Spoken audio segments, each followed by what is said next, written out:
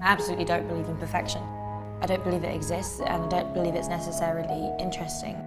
I put myself under a lot of pressure in the past, too skinny or too fat, but also in terms of intellectual pursuits or career pursuits. And I'm glad I did that because it's quite fulfilling and rewarding when you do achieve what you want to. At the same time, I think I've come recently to realise it's quite a destructive way to live life. This painting by Leonardo da Vinci is one of my favourites, and perhaps wouldn't be if it was finished, ironically. The promise in the unfinished quality of it, the promise in it being imperfect, that it's got potential to change and it's got potential to see it as a moment in time that never quite reached its end. When you see Federer so absolutely committed to that moment, like they're not thinking about anything else, and then jumping up into this like absolutely perfect pose to hit the ball. There's real perfection in that commitment to the moment. In terms of fashion and my experiences working with photographers, Irving Penn comes to mind. He kept making me make such tiny alterations, and I remember thinking it felt a bit silly, like it was so kind of particular. And then he said, all right, we've got it.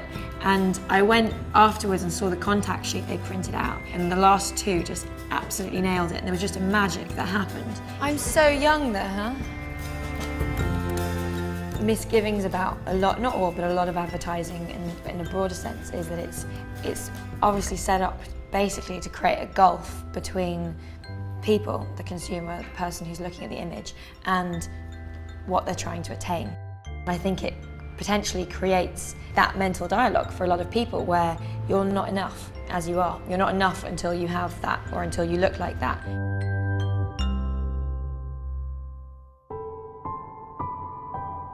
Most things in my house are kind of got something a little bit off or broken about them. The doors in my apartment, for example, I had rescued from the building and left kind of in their fragmented, layered painting that suggests the different kind of years and suggests time.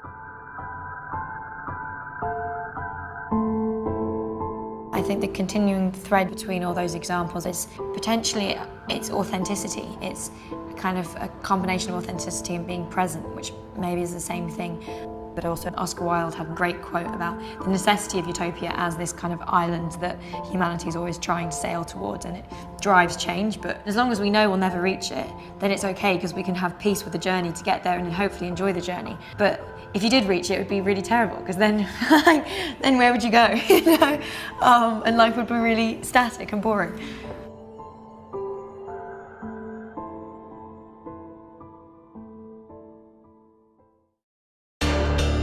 Hyundai.